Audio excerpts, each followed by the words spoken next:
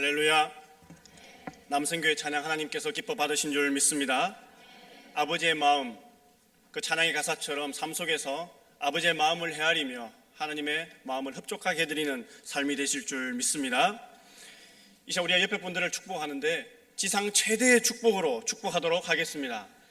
옆에 분을 바라보며 하나님이 당신을 사랑하십니다. 하나님이 당신을 사랑하십니다. 지상 최대의 복으로 찬양합니다. 축복합니다. 하나님이 집사님을 정말 사랑하십니다. 하나님이 권사님을, 집사님을 정말 사랑하십니다. 세상은 나를 미워하고 시기하고 질투하고 오해하고 정죄하고 이용하려 하지만 하나님의 사랑은 변함이 없으십니다. 때로는 내가 하나님을 외면하고 원망하고 하나님의 마음을 아프게 하지만 그럼에도 불구하고 여전히 하나님은 나를 사랑하십니다.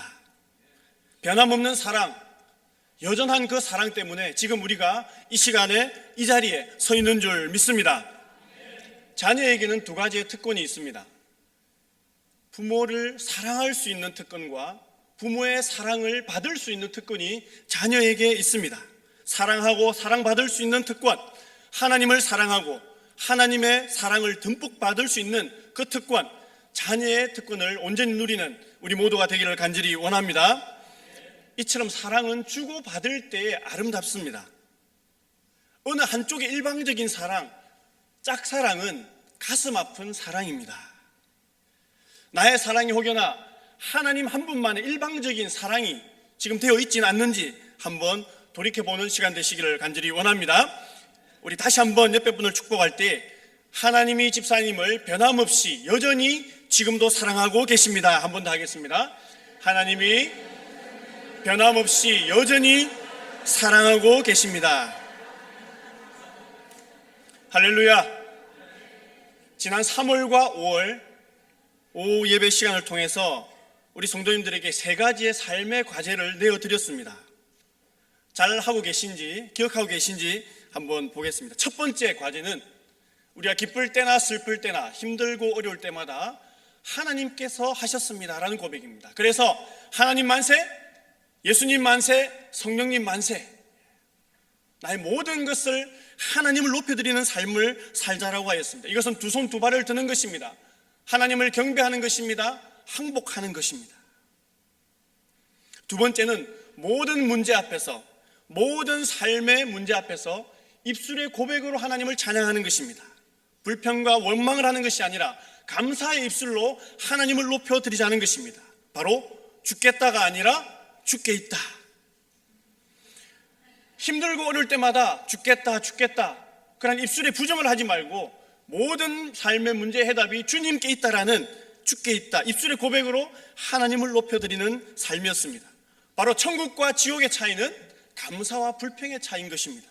감사는 더 큰 감사를 낳고 불평은 더 큰 불평을 낳기 때문입니다. 세 번째 과제는 나는 예수님 자리의 인생이다라는 것을 기억하고 깨닫고 살아가자는 것입니다. 예수님께서 십자가를 지신 이유가 바로 단 한 가지, 우리를 구원하기 위해서입니다. 아들을 희생시키신 아버지의 마음, 그 아버지께 순종한 예수 그리스도의 자녀의 마음, 그 마음이 바로 우리를 살리신 마음이기 때문입니다. 그래서 정말 우리는 예수님만큼의 가치에 있는 인생을 살아가고 있는 것입니다. 만세의 삶으로 하나님을 높이며 항복의 자세로 하나님만 의지하시길 바랍니다. 내 삶의 모든 문제의 해답이 주께 있음을 고백하길 원합니다. 나를 향하신 하나님의 사랑, 내 인생의 가치가 예수님 자리 인생임을 깨닫고 담대하게 선포하며 승리하는 삶을 살아가기를 간절히 원합니다. 오늘 함께 읽은 말씀 유다서는 야곱의 형제 유다를 통하여 기록된 말씀입니다. 이 기록된 목적은 말세의 성도들이 지켜야 할 신앙생활을 당부하는 말씀입니다.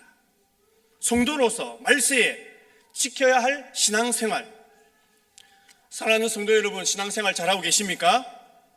우리가 잘 알고 있듯이 신앙생활은 신앙이라는 단어와 생활이라는 단어의 합성어입니다. 결합된 단어입니다. 신앙을 가지고 있습니다. 그러면 얼마나 그 신앙에 맞는 삶을 살고 있습니까? 신앙생활을 잘하고 있다는 것은 내가 가진 믿음만큼 그 삶을 살아간다는 것입니다. 그런데 가끔 어리석은 질문을 듣기도 합니다. 믿음이냐 행함이냐? 믿음이냐 행함이냐? 거기에서 답을 찾으려고 하죠. 당연히 믿음으로 구원받습니다. 그러나 참 믿음은 행함이 있는 믿음입니다.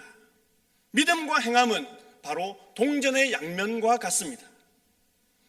앞면과 뒷면이 함께 존재하는 것입니다. 그래서 믿음과 행함은 일치하는 것입니다. 행하는 믿음으로 신앙을 삶으로 살아내는 참된 그리스도인이 되시기를 간절히 원합니다. 오늘 함께 읽은 말씀을 다시 한번 보겠습니다. 17절 말씀, 너희는 사랑하는 자들아, 너희는 우리 주 예수 그리스도의 사도들이 미리 한 말을 기억하라. 마지막 때에 경건하지 않은 정욕대로 행하며 조롱하는 자들이 있으리라. 이 사람들은 분열을 일으키는 자며 육에 속한 자며 성령이 없는 자니라. 하나님을 두려워하지 않고 불경건하며 십자가의 도를 미련히 여기는 자들이 있습니다. 분열을 일으키는 자입니다. 정욕대로 행하는 자입니다. 조롱하는 자입니다. 이 사람들은 바로 육에 속한 자라는 말씀입니다. 성령이 없는 자라고 말씀하고 있습니다. 육신의 안위만을 생각하는 바로 심판의 대상인 것입니다. 이들은 사단이 기뻐하는 자들입니다. 그러나 하나님을 기쁘시게 해드리는 자녀의 삶은 다릅니다. 20절 말씀, 사랑하는 자들아, 너희는 너희의 지극히 거룩한 믿음 위에 자신을 세우며 성령으로 기도하며 하나님의 사랑 안에서 자신을 지키며 영생에 이르도록 우리 주 예수 그리스도의 긍휼을 기다리라. 어떤 의심하는 자들을 긍휼히 여기라. 또 어떤 자를 불에서 끌어내어 구원하라. 또 어떤 자를 그 육체로 더럽힌 옷까지도 미워하되 두려움으로 긍휼히 여기라. 우리는 또한 긍휼히 여기면서 하나님의 긍휼을 기다려야 합니다. 우리가 먼저 용서하면서 하나님의 용서를 구해야 하는 것입니다. 불 속에 떨어지기 직전에 있는 자, 그냥 내버려 두면 불 속에 떨어질 수밖에 없는 그 자들을 구원하라 말씀하고 있습니다. 또한 거짓 교사들의 잘못된 가르침에 의해서 흔들리는 자들을 긍휼히 여기라 말씀하고 있습니다. 그들에게 참된 그리스도인의 사랑과 진리를 보여주어라. 한마디로 죄는 미워하되 사람은 미워하지 말라. 하지만 그들의 죄에 전념되지 않도록 주의하라. 구별된 삶을 살아라 말씀하고 있습니다. 어느 날 다른 장소에서 두 사람이 큰 사고를 당해서 허리를 심하게 다쳤습니다. 그리고 그 사람은 같은 병실 2인실에 입원 치료를 받게 되었습니다. 큰 수술을 받은 뒤라 두 사람은 꼼짝도 할 수 없었습니다. 그런데 한 사람은 침대가 창가에 있고 한 사람은 벽 안쪽에 있었습니다. 같은 병원비를 내고 같은 인실에 입원하였지만 그들이 처한 위치는 달랐습니다. 늘 벽 안쪽에 있던 그 환자는 창가 쪽에 있는 환자에게 질문을 했습니다. 지금 바깥에는 무슨 일이 일어나고 있습니까? 무엇이 보입니까? 그래서 창가에 있는 환자가 이렇게 대답했습니다. 네, 지금 이 창밖에 저 멀리에는 큰 공원이 있습니다. 나무들이 푸르고 분수가 있고 오솔길이 있고 많은 사람들이 거기에서 나들이를 나옵니다. 오늘은 가족이 나들이를 나왔네요. 참 행복한 가정입니다. 도시락을 먹고 있습니다. 그 다음 날은 오늘은 연인이 데이트를 하고 있습니다. 네, 우리도 빨리 나와서 저 공원을 함께 걸으면 좋겠습니다. 하루가 지나고 이틀이 지나고 사흘이 지났습니다. 그런데 건물 안쪽에 방 안 구석에 자리 잡았던 그 환자가 갑자기 마음속에 이러한 생각이 들었습니다. 나는 똑같은 병원비를 내고 같은 병실에 입원을 했는데 나는 왜 아무것도 보이지 않는 벽에 있고 저 사람은 바깥에 공원도 보이고 맑은 공기 하늘도 바라볼 수 있는 저곳에 있는가? 그러던 어느 날 저녁에 응급 상황이 생겼습니다. 창가 쪽에 있던 사람이 갑자기 심장이 마비가 와서 숨을 쉬지 못했습니다. 그리고 안쪽에 있던 사람에게 손짓을 했습니다. 간호사를 불러달라고, 의사를 불러달라고. 그러나 안쪽에 있던 사람은 의사를 부르지 않았습니다. 만약 저 사람이 저 자리에 없다면 내가 저 자리에 갈 수 있지 않겠나? 밤이 지나고 창가 쪽에 있던 사람은 그만 세상을 떠나고 말았습니다. 그리고 그 다음날 새 환자가 들어왔는데 먼저 있던 벽 안쪽에 있던 그 사람이 창가 쪽으로 자리를 옮기게 되었습니다. 그리고 밖을 바라보았습니다. 그리고 마음이 무너졌습니다. 그 창가 밖에는 그 옆 건물에 콘크리트 벽만 보였습니다. 내가 그 자리에 가면, 내가 저곳에 있으면 더 잘할 수 있어. 내가 비판했던 그 자리에 내가 가면 그만큼 할 수 없다라는 것입니다. 왜 내 눈 속에 들보는 빼지 않고 상대방의 작은 티만 빼라고 아우성입니까? 아직도 내가 누리지 못한 것, 남이 누리고 있는 그것에 아직도 연연하고 있습니까? 왜 현상만 바라보고 본질은 놓치고 있습니까? 영의 눈을 뜨시길 바랍니다. 기도도 마찬가지입니다. 현상적인 기도만 드리는 것이 아니라 본질적인 기도를 드려야 하는 것입니다. 나의 뜻보다는 하나님의 뜻을 구하는 기도를 우리는 드려야 합니다. 또한 길이와 부피의 기도보다 깊이와 무게의 기도를 드려야 한다는 것입니다. 눈에 보이는, 우리가 오래 기도하는 것 중요합니다. 오래 기도해야 됩니다. 많은 기도의 제목으로 많이 기도해야 합니다. 그러나 그것보다 더 중요한 것은, 길게 하고 많이 하는 것보다 더 중요한 것은 깊이 있고 무게 있는 기도입니다. 어떠한 기도가 깊이가 있고 무게 있는 기도입니까? 간절히 드리는 기도, 진심으로 드리는 기도가 하나님의 마음을 움직이는 기도인 줄 믿습니다. 지금 우리가 간절히 원해야 하는 것, 무엇보다 간절히 사모하고 찾아야 하는 것은 바로 성령으로 기도하는 것입니다. 요엘 선지자를 통하여 마지막 날에 내가 만민에게 부어주겠다라고 약속하신 것이 있습니다. 요엘 2장 말씀에 그 후에 내가 내 영을 만민에게 부어주리니 너희 자녀들이 장래일을 말할 것이며 너희 늙은이는 꿈을 꾸며 너희 젊은이는 이상을 볼 것이며 그때 내가 또 내 영을 남종과 여종에게 부어줄 것이며 내가 이적을 하늘과 땅에 베풀리니 곧 피와 불과 연기 기둥이라. 여호와의 크고 두려운 날이 이르기 전에 해가 어두워지고 달이 빛같이 변하리니와 누구든지 여호와의 이름을 부르는 자는 구원을 얻으리니. 내가 말세에 내 영을 부어주겠다라고 약속하셨습니다. 해가 어두워지고 달이 핏빛같이 변할 것이라고 말씀하고 있습니다. 그러나 누구든지 여호와의 이름을 부르는 자는 구원을 얻는다라고 말씀하고 있습니다. 이 마지막 때를 이길 수 있는 힘은 바로 하나님의 영, 성령 충만을 내 마음 가운데 받는 것입니다. 성령의 힘이 아니고는 오늘 하루 악한 영의 유혹과 공격을 이길 수 없기 때문입니다. 성령은 하나님 아버지께서 약속하신 것입니다. 예수 그리스도께서 성천하시면서 보내주겠다라고, 세상에 보내주겠다라고 약속하신 것입니다. 우리와 오늘날 세상 끝날까지 함께 하실 분이십니다. 그런데 언제부터인가 성령을 강조하고 성령의 은사를 강조하고 성령의 능력을 외치면 유별난 신앙생활인으로 취급받곤 했습니다. 적당히 신앙생활에 왜 피곤하게 은사 능력 외치냐? 언제부터 한국교회가 성령을 외면했습니까? 왜 성령 충만 받기를, 성령의 은사 받기를 주저하십니까? 받기를 원했다면 더욱 간절히 사모하며 구하시길 바랍니다. 분명한 사실은 오늘날 우리가 성령을 외면해서는, 성령의 역사를 외면해서는 도저히 한순간도 살 수 없다는 것입니다. 이 세상에서 가장 어리석은 자는 성령을 외면하는 자입니다. 성령 하나님을 의지하지 않는 것입니다. 주의 일을 해도 성령의 힘으로 하지 않는 것입니다. 성령의 힘은 배제되고 나의 힘만으로 주의 일을 하는 자는 어리석은 자라는 것입니다. 성령이 어떤 분이십니까? 성령이 어떠한 역할을 하십니까? 성령은 삼위일체 하나님의 한위 되신 거룩한 영이십니다. 보혜사, 돕는 자, 위로자이십니다. 때로는 우리가 잘못된 길을 가고 있을 때에 근심하시면서 내 안에서 탄식하시는 분이십니다. 나를 대신하여 사탄, 악한 영을 대적하시는 분이십니다. 때로는 기적을 일으키는 분이십니다. 나를 거듭나게 하고 믿음으로 구원에 이르게 하는 분이십니다. 우리가 마음이 하나 될 수 있도록 하는 분이십니다. 은혜를 깨닫게 하는 분이십니다. 회개를 선포하는 영이십니다. 정직을 선포하는 정결한 영이십니다. 치유와 회복을 명하시는 영이십니다. 새 힘과 능력을 불어 넣어주시는 분이십니다. 부르심의 소명을 깨닫게 하는 분이십니다. 또한 보내심의 사명을 주시는 분이십니다. 은사를 부어주시는 영이십니다. 우리의 인생의 궁극적인 목적, 성령의 열매를 맺게 하는 분이십니다. 할렐루야. 오늘 말씀의 제목처럼 20절 하반절 말씀에 성령으로 기도하라, 성령으로 기도하라. 어떻게 하면 성령으로 기도할 수 있을까요? 헬라어를 해석해 보면 성령으로 기도하라는 말씀은 성령의 통제 안에서 기도하라, 성령의 통제 안에서 성령의 뜻대로 기도하라 말씀입니다. 그러면 어떻게 성령의 통제 안에서 성령의 뜻대로 기도할 수 있을까요? 그것은 내 안에 성령께서 좌정하시고 성령께서 나를 다스리셔야 성령으로 기도할 수 있습니다. 먼저 성령을 내 마음과 안에 모셔드려야 됩니다. 성령 충만을 간절히 사모해야 하는 것입니다.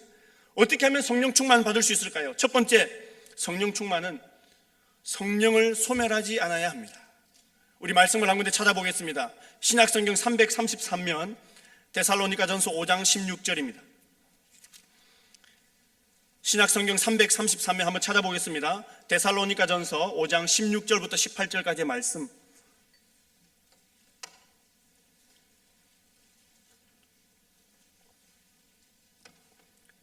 신약 333면입니다. 데살로니가전서 5장 16절부터 18절까지 우리 한 목소리로 함께 읽겠습니다. 항상 기뻐하라, 쉬지 말고 기도하라, 범사에 감사하라. 이것이 그리스도 예수 안에서 너희를 향하신 하나님의 뜻이니라. 아멘. 우리가 너무나도 잘 알고 있는 말씀입니다. 항상 기뻐하라, 쉬지 말고 기도하라, 범사에 감사하라. 어떻게 우리가 항상 기뻐하고 어떻게 우리가 쉬지 않으며 기도하고 범사에 감사할 수 있을까요? 이것은 그리스도 예수 안에서 우리를 향하신 하나님의 뜻이라고 말씀하고 있습니다. 명령입니다. 그것은 우리가 19절부터 22절까지의 말씀을 보면 그 해답을 찾을 수 있습니다. 우리 19절부터 22절까지 함께 읽습니다. 성령을 소멸하지 말며 예언을 멸시하지 말고 범사에 헤아려 좋은 것을 취하고 악은 어떤 모양이라도 버리라. 아멘. 성령을 소멸하지 말라라고 말씀하고 있습니다. 예언을 멸시하지 말라 말씀하고 있습니다. 범사에 헤아려 좋은 것을 취하고 악은 모양이라도 버리라 말씀하고 있습니다. 성령을 소멸한다. 소멸한다는 것은 불을 끈다라는 뜻입니다. 성령의 불, 예배의 불, 기도의 불을 끈다는 것은 바로 타락의 길이고 방탕의 길이고 음행의 길입니다. 지금 이 시대는 성령 시대입니다. 우리는 반드시 성령의 불을 함께 계속 지펴가야 되는 줄 믿습니다. 두 번째 성령 충만은 성령을 소멸하지 않고 하나님의 전신갑주를 입는 것입니다. 우리 말씀 한 군데부터 찾습니다. 신약성경 316면입니다. 에베소서 6장 10절에서 18절 말씀. 신약성경 316면 에베소서 6장 10절부터 18절까지의 말씀입니다. 성령 충만은 성령을 소멸하지 않고 하나님의 전신갑주를 입는 것입니다. 신약 316면 에베소서 6장 10절부터 18절까지의 말씀을 저와 한 절씩 교독하겠습니다. 10절입니다.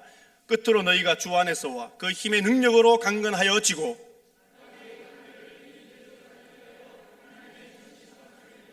우리의 씨름은 혈과 육을 상대하는 것이 아니요 통치자들과 권세들과 이 어둠의 세상 주관자들과 하늘에 있는 악의 영들을 상대함이라.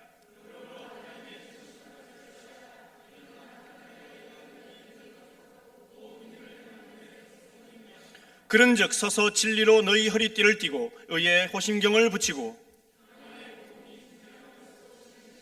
모든 것 위에 믿음의 방패를 가지고 이로써 능히 악한 자의 모든 불화살을 소멸하고. 함께 읽습니다. 모든 기도와 간구를 하되 항상 성령 안에서 기도하고 이를 위하여 깨어 구하기를 항상 힘쓰며 여러 성도를 위하여 구하라. 아멘. 13절 말씀에 하나님의 전신갑주를 취하라 말씀하고 있습니다. 18절 중반절에도 항상 성령 안에서 기도하고. 어릴 적부터 불러왔던 복음송이 있습니다.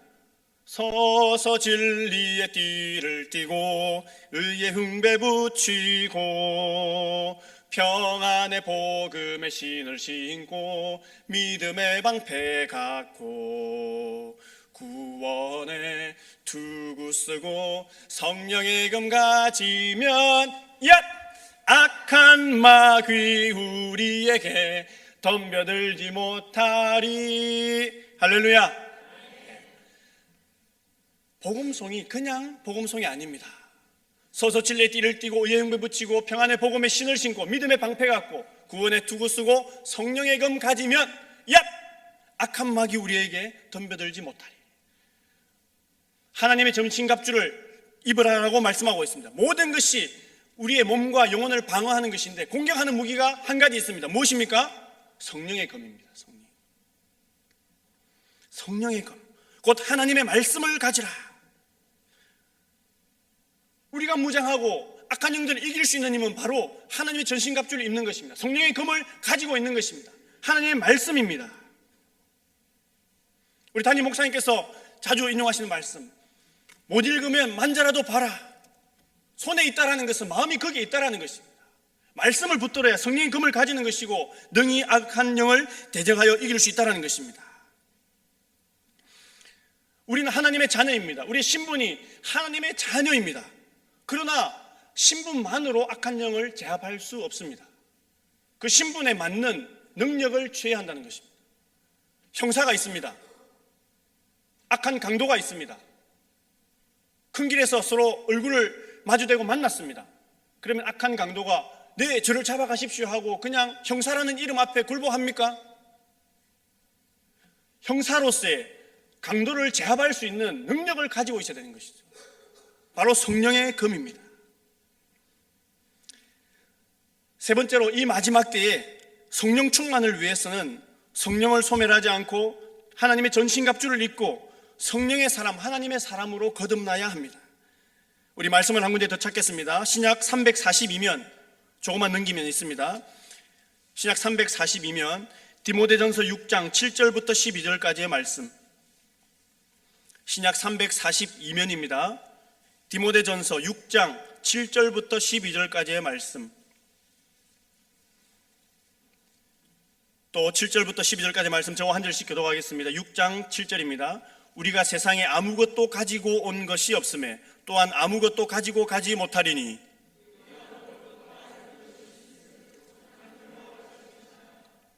부하려 하는 자들은 시험과 얼무와 여러 가지 어리석고 해로운 욕심에 떨어지나니 곧 사람으로 파멸과 멸망에 빠지게 하는 것이라.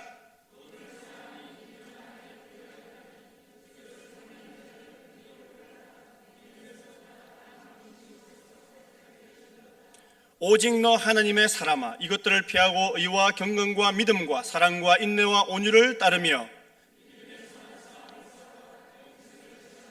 이를 위하여 내가 부르심을 받았고 많은 증인 앞에서 선한 증언을 하였도다. 아멘. 오직 너 하나님의 사람아, 믿음의 선한 싸움을 싸우라. 영생을 취하라. 우리는 날마다 믿음의 선한 싸움을 싸워야 합니다. 싸움 중에 가장 큰 싸움은 바로 자신과의 싸움입니다. 자신과의 싸움. 돈을 사랑하려는 마음과 싸워야 합니다. 돈은 이용의 수단이지 사랑의 대상이 아니기 때문입니다. 왜 인간이 만든 종이 조각에 마음과 영혼을 빼앗기고 있습니까? 오직 하나님의 사람은 믿음의 선한 싸움을 싸우며 영생을 취해야 합니다. 1963년 이름 없는 회사에서 출발했던 볼펜 회사가 KS 마크를 획득하고 많은 기업의 촉망을 받았습니다. 그러나 그 당시 그 볼펜 한 자루는 15원에 판매가 되었습니다. 경제적으로 부실했던 그는 도산 위기에 처했습니다. 당시 송삼석 회장은 그 문제의 해답을 올바르게 찾았습니다. 기도의 자리를 찾았습니다. 회개 기도하기 시작했습니다. 5가지의 회개 기도를 했습니다. 첫 번째, 주일 성수를 하지 못했습니다. 두 번째, 11조 삶을 온전히 살지 못했습니다. 세 번째, 감사에 인색했습니다. 네 번째, 부정적인 입술로 하나님 마음을 아프게 했습니다. 다섯 번째, 기도에 소홀했습니다. 회개하기 시작했습니다. 또 회개했습니다. 또 회개했습니다. 그리고 말씀을 읽어 내려가던 중에 요한복음 21장 11절 말씀, 베드로가 순종하고 그물을 내렸을 때 큰 물고기가 153마리, 그물이 찢어질 정도로, 배가 잠길 정도로 물고기를 잡았던 그 말씀에서 모나미 153 볼펜이 시작된 것입니다. 우리가 잘 알고 있는 이 모나미 153 볼펜이 바로 그렇게 송삼석 회장의 회개 기도를 통해서 만들어진 것입니다. 그때 서원했습니다. 하나님, 이 볼펜이 전 세계인의 손에 들러지게 해 주옵소서. 50억 자루를 팔게 해 주옵소서. 그리고 78년도에 1년에 12억 자루를 팔았고 2000년도에 드디어 기도의 제목대로 50억 자루를 판매하게 되었다고 합니다. 그리고 지금은 대기업으로 성장했습니다. 오늘은 새생명 153 축제 작정주일입니다. 전도 대상자를 작정하고 마음에 품었습니다. 마찬가지로 나의 마음을 다시 한번 하나님께로 작정하고 결단해야 합니다. 믿음의 선한 싸움을 싸우고 영생을 취하기 위해서 하나님의 사람으로 거듭나야 하는 것입니다. 네 번째, 성령 충만을 위해서는 성령을 소멸하지 않고 하나님의 전신갑주를 입고 성령의 사람, 하나님의 사람으로 거듭나며 성령의 은사를 통하여 하나님의 살아계심을 삶으로 나타내야 합니다. 성령의 은사를 통하여서 하나님의 살아계심을 삶으로 나타내어야 하는 것입니다. 하나님은 우리 한 사람 한 사람을 통하여 하나님의 역사를 열어가기를 원하십니다. 따라서 우리가, 우리 가정이, 우리 기업이, 우리 회사가 하나님의 살아계심을 나타내는 도구가 되어야 되는 것입니다. 혹시 돈이 없어서 못하십니까? 건강이 약해서 못하십니까? 시간이 없어 바빠서? 그것은 하나님 앞에 핑계가 될 수 없습니다. 없어서 바빠서 약해서, 이것은 하나님 앞에 핑계가 되지 않는 것입니다. 왜냐하면 예를 들어 1,000만 원이 없어서 주의 일을 못하나, 1억 원이 없어서 주의 일을 못하나, 더 나아가서 10억 원이 없어서 주의 일을 못하나, 없어서 못하는 것은 매야 마찬가지입니다. 1,000만 원이든 1원이든 1억이든 누가 채워주셔야 됩니까? 하나님이 채워주시죠. 그 필요한 것은 건강이나 물질이나 하나님의 영역인 것입니다. 왜 그것까지 우리가 염려합니까? 단지 우리에게 없는 것은 무엇입니까? 믿음입니다. 또 무엇입니까? 사역을 향한 열정입니다. 성령을 의지하지 않는 마음입니다. 기도하지 않고 내 힘으로만 해결하려고 하는 교만된 마음. 하나님의 일은 내 힘으로 하는 것이 아닙니다. 성령의 힘, 성령의 은사로 하는 줄 믿습니다. 그런데 더욱 감사한 것은 이 성령이 나의 공로로 얻어지는 것이 아니라 하나님의 선물이라는 것입니다. 간절히 사모하는 자에게 거저 주시는 하나님의 선물, 하나님께서 준비하신 이 큰 선물을 풍성히 받아 누리는 저와 우리 모든 성도님들 되시기를 간절히 원합니다. 성령의 은사는 고린도전서 12장 말씀에 지혜의 말씀, 지식의 말씀, 믿음, 병 고치는 은사, 능력 행함, 예언함, 영들 분별함, 각종 방언 말함, 방언들 통역함, 이렇게 나와 있습니다. 그 외에도 많은 은사들이 있습니다. 11절 말씀 보면 이 모든 일은 같은 한 성령이 행하사 그의 뜻대로 각 사람에게 나누어 주는 것이니라. 성령의 은사를 사모하시길 바랍니다. 사모하는 자에게 선물로 거저 주시는 분이 하나님이시고 그 선물이 바로 성령의 은사입니다. 지혜의 말씀 받기를 원하십니까? 하나님의 지혜로 사리를 옳게 분별하고 판단하는 은사. 우리가 이 땅을 살아가면서 하나님의 지혜로 사리를 옳게 분별하고 판단하는 은사입니다. 받기를 원하셔야 받습니다. 지식의 말씀, 인간의 지식이 아니라 특별한 상황 중에 하나님이 계시로 깨닫게 되는 그 지식, 믿음, 우리가 구원받는 믿음, 거기에서 더욱더 나아가서 강력한 믿음이 위기의 순간에 발휘되는 은사, 구원받는 믿음보다 더 나아간 은사의 믿음입니다. 우리가 잘 알고 있는 가까운 곳에 있는 애양원의 손양원 목사님, 또 모판 위를 걸어가셨던 주기철 목사님, 우리의 많은 믿음의 선조들, 이 강한 믿음의 은사를 통하여서 그 시련을, 그 순교의 현장을 극복할 수 있는 것입니다. 병 고치는 은사, 신유의 은사, 우리가 모두 간절히 원하고 간절히 원해서 받아서 우리가 이 은사를 활용해야 되는 것입니다. 이 시대는 많은 영적으로 육적으로 병든 자들이 많습니다. 이 신유의 은사를 통하여서 우리가 회복시킬 수 있는 것입니다. 능력 행함, 불가능한 일을 예수 그리스도 이름으로 명했을 때에 불가능한 일이 가능하게 해결되는 것입니다. 이 능력도 모두 받기를 원합니다. 예수님이 물을 포도주로 변화시키신 것, 물 위를 걸으신 것, 이 시대에도 불가능하지만 가능하게 하는 것은 바로 이 성령의 은사인 것입니다. 예언함, 예언이 무엇입니까? 진리가 선포되는 것입니다. 진리가 이루어지는 것이 예언입니다. 하나님의 말씀이 말씀대로 이루어진다는 것입니다. 말씀을 선포하는 것이 바로 예언입니다. 너희가 하나님을 멀리하면 멸망을 받을 것이다. 그러나 하나님을 붙들면 구원을 얻을 것이다. 그것을 선포하는 것이 예언 아닙니까?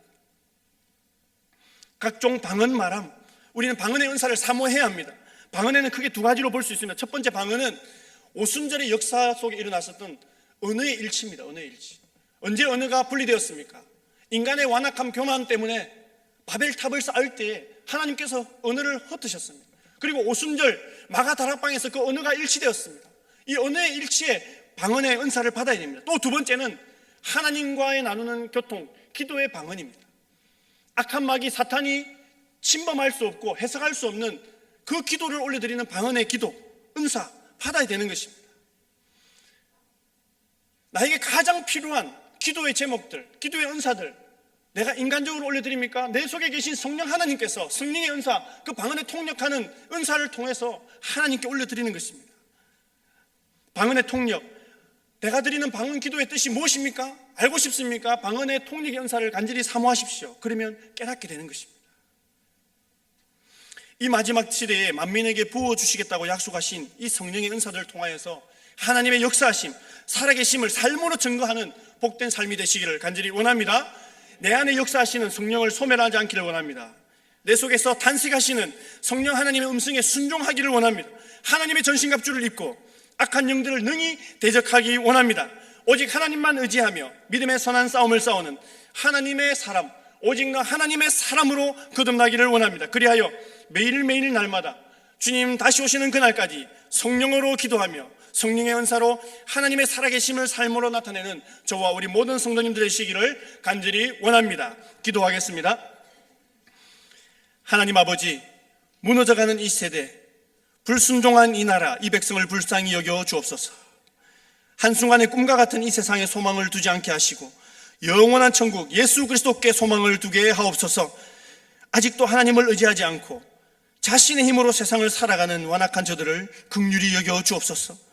저들이 하루속히 하나님 품으로 돌아올 수 있도록 불의 심판을 늦추어 주시고 기회의 새날을 저들에게 허락하여 주옵소서. 먼저 저희들이 오직 성령으로 기도하며 성령의 능력으로 살아가기를 원합니다. 세상 일에 치우쳐 성령을 소멸하지 않기를 원합니다. 내 안에서 탄식하시는 성령 하나님의 인도하심에 순종하게 하옵소서. 하나님의 전신갑주를 입고 하나님의 사람으로 거듭나서 악한 영들을 능히 대적하게 하옵소서. 성령의 은사를 더욱 풍성히 받아 누리게 하시고 하나님의 능력으로 삶으로 증거하게 하옵소서. 온 성도들이 성령의 불로 뜨거워지게 하시고 하나님을 향한 기대로 심장이 뛰게 하옵소서. 그리하여 서로 사랑하며 한 마음으로 기도할 때 하나님의 역사를 경험하고 성령의 열매를 맺으며 하나님의 살아계심을 온 세계 열방 가운데 나타내는 아름다운 주님의 도구, 구원의 방주로 새롭게 도약하는 골략교회 되게 하옵소서. 예수 그리스도의 이름으로 기도하옵나이다.